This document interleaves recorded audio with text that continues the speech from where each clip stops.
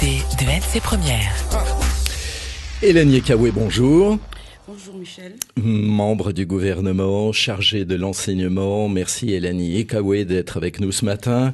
Dans 2 heures à 9 heures s'ouvre au Méridien de Nouméa un séminaire de 2 jours sur le projet éducatif. En 2002, c'était le grand colloque sur l'avenir de l'école calédonienne. En 2010, c'était le grand débat sur l'avenir de l'école calédonienne, avec à sa suite l'apparition d'un rapport, le miroir du débat, un livre de 400 pages très fouillé, justement la synthèse de cette expression des Calédoniens sur leur école.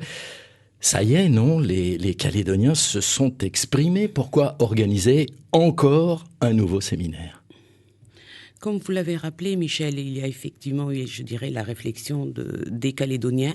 Et aujourd'hui, je dirais qu'on est à une étape charnière, puisqu'on finit la première étape, celle de la réflexion, celle du débat, et on débute avec la deuxième phase, c'est-à-dire celle de l'action, où aujourd'hui les contributeurs vont enfin s'exprimer, je dirais, sur le projet de texte et les actions à réaliser. Donc je dirais qu'on est dans la partie du concret, oui, pour avoir un projet éducatif calédonien. Ce projet de délibération devrait être présenté au Congrès à la fin de cette année. C'est toujours d'actualité ? Toujours. Fin décembre 2015.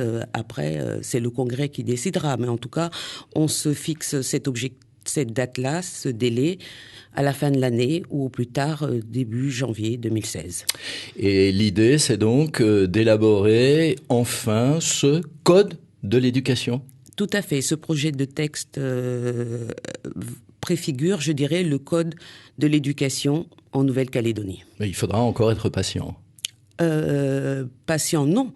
Je veux dire que quand on arrive à définir le code ou ce projet de texte, ça veut dire qu'on passe à une action. On est en train d'établir, je dirais, le texte législatif qui va structurer l'école calédonienne. Hélène Yekawé, donc en charge de l'enseignement, notre invitée ce matin. Vous avez un petit quart d'heure pour, si vous le désirez, lui poser vos questions. Le 258 est à votre disposition comme tous les matins. Alors, il s'agit maintenant, si j'ai bien compris, de décider, avant de voir qui, quoi, comment, une question toute bête, Hélène Yekawé.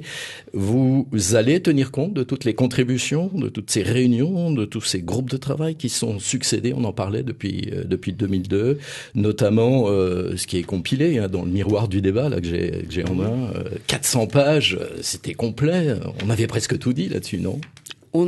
Oui, les Calédoniens se sont vraiment exprimés. Je dirais que ce projet éducatif, ce projet de texte donc qui va être présenté au Congrès, il a mûri avec la société civile. Et vous avez raison de rappeler que ça a regroupé, je dirais, les parents, le personnel, les syndicats, le milieu associatif, celui des femmes, celui des quartiers.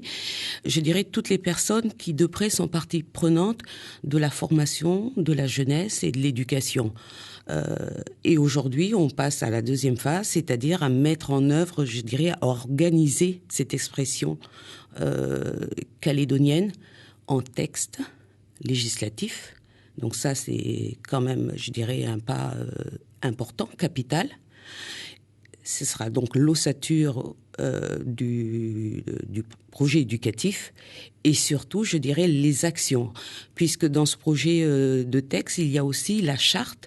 Et cette charte-là, puisque je rappelle que la Nouvelle-Calédonie, elle n'est pas seule compétente en matière d'enseignement, elle le partage avec d'autres collectivités, les provinces et les communes.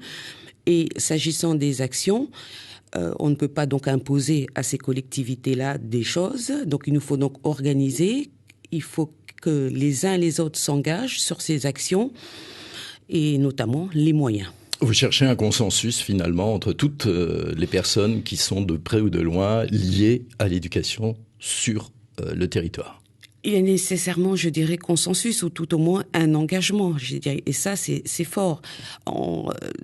On ne peut pas, la Nouvelle-Calédonie, décider, on ne peut que coordonner, vu que c'est une compétence partagée avec les autres institutions.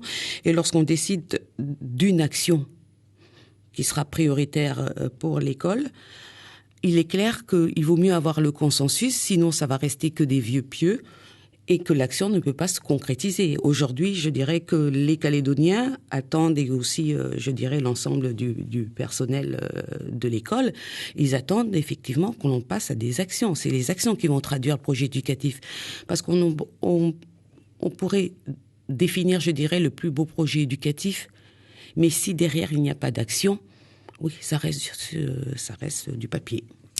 Avant de nous tourner vers le standard, néanmoins, pour être très concret, qui avez-vous réuni aujourd'hui et demain au Méridien ? Je dirais une centaine de contributeurs, toujours les mêmes, c'est-à-dire, quand j'ai toujours les mêmes, c'est-à-dire qu'ils sont représentatifs de la population, c'est-à-dire, et puis aussi de la question scolaire, c'est-à-dire les syndicats, les fédérations de parents d'élèves, le personnel, y compris aussi les formations politiques. Allez, direction le standard. André est déjà avec nous. Bonjour André, merci de nous poser votre question. Bonjour, merci de nous accueillir. Merci à Madame Yekawe. Je voulais poser la question à Madame Yekawe. Pendant longtemps, on a attendu le principe de rééquilibrage pour les écoles canadiennes. Donc nous, on a constaté que sur le terrain, il y a toujours un grand déséquilibre par rapport aux écoles et aux structures de l'enseignement privé. Donc c'est bien beau de faire le projet éducatif, mais il y a tout un retard là qui n'a pas été rattrapé jusque-là, quoi. Donc, qu'est-ce que vous comptez faire pour pouvoir au moins atteindre l'objectif de rééquilibrage? Merci André. Hélène Yekawe, ce rééquilibrage, toujours à faire en tout cas, dont les résultats tardent à venir. Alors il y a quand même une chose à rappeler en Nouvelle-Calédonie, c'est que jusqu'à présent il n'y a jamais eu de politique éducative, pour la bonne et simple raison que hier, c'est-à-dire jusqu'en 2012, l'État partagé, je dirais, c'était l'État qui était responsable, je dirais, de la partie secondaire et en particulier du privé, que l'éducation nationale, je dirais, qui est en métropole, ne peut pas faire de la Nouvelle-Calédonie une exception. Donc, il n'y avait donc pas de politique éducative. Depuis donc le transfert de l'enseignement du secondaire et du privé, aujourd'hui, il appartient à la Nouvelle-Calédonie justement de définir une politique éducative. C'est bien pour ça que l'on avait organisé le débat sur l'école avant le transfert, puisque je rappelle que ce débat avait été lancé en 2010. Michel, vous avez rappelé aussi les travaux du colloque en 2002. Donc, c'est avec cette réflexion-là que qui a mûri et qui est donc, je dirais, la matrice donc de ce projet éducatif. Donc oui, le rééquilibrage, c'est d'abord aussi définir une politique éducative. Voilà, on ne peut pas parler uniquement de transfert, mais qu'est-ce qu'on attend de l'école? Donc, je vais pas revenir sur les raisons qui ont fait que les choses ont été retardées depuis 2010. En tout cas, aujourd'hui, on arrive à cette phase-là de l'opérationnalité de la mise en œuvre, je dirais, du projet éducatif. Alors, vous disiez à l'instant, Hélène Yekawe, la France ne pouvait pas faire de la Calédonie une exception. Désormais, on va dire pour simplifier un peu, on a les mains libres. Est-ce ici, on va faire de l'enseignement une exception à la française? Parce que l'enseignement à la française est lui aussi en échec. Donc, osera-t-on aller suffisamment loin ici? Je dirais que d'abord rappeler que c'est d'abord une exception, effectivement, puisqu'on est quand même le seul territoire français qui avons cette possibilité-là de définir une politique éducative, et ce n'est pas rien.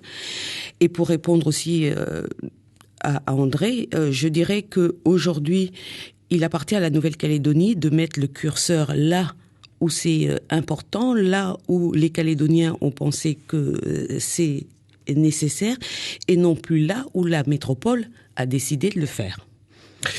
Jean-Michel est également au standard, au 258. Bonjour. Bonjour, monsieur Voisin. Bonjour, madame Yekawe. Je voudrais poser la question sur le programme scolaire.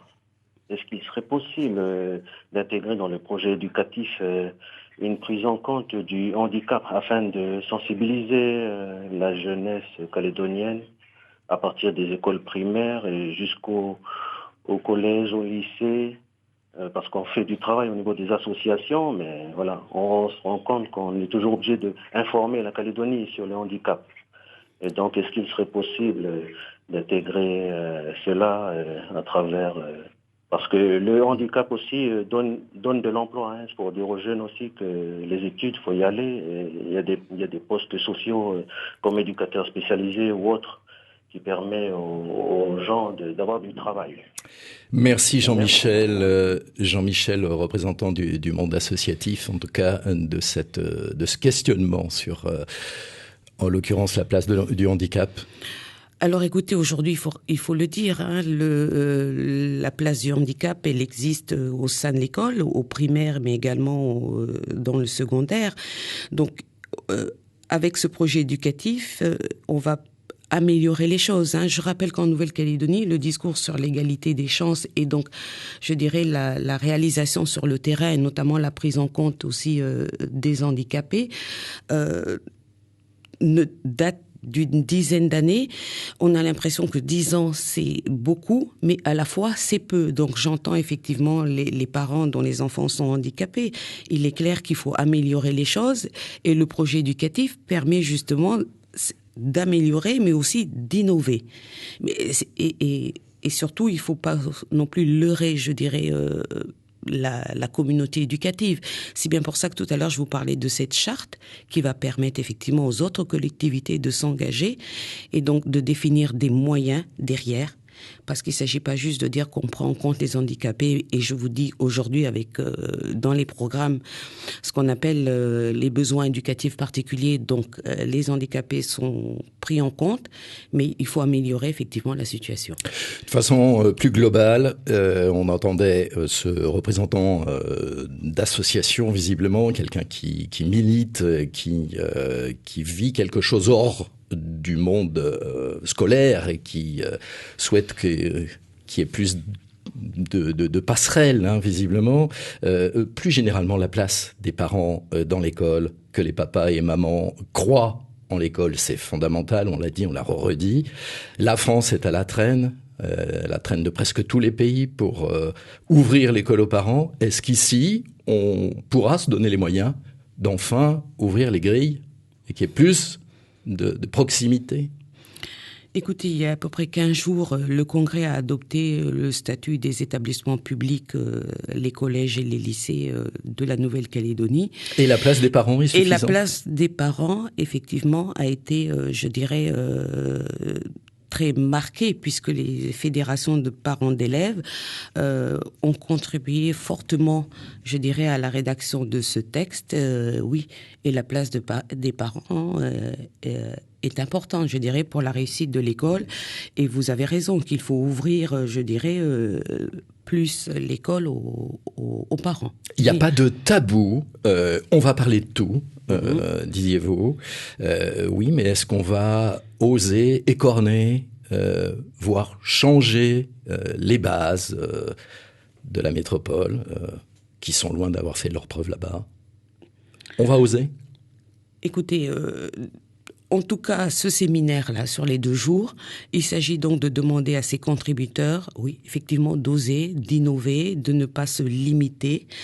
Après, il nous appartient, je dirais, au gouvernement de structurer, je dirais, leur expression. Oui, il faut innover. Hélène Yekawé, membre du gouvernement, chargée de l'enseignement, était donc notre invitée ce matin. Vous pouvez retrouver cette interview en cliquant sur ncpremière.nc. Merci Hélène Yekawé d'avoir été avec nous. On retrouve Bruno Rouvière, la suite de Matin Première.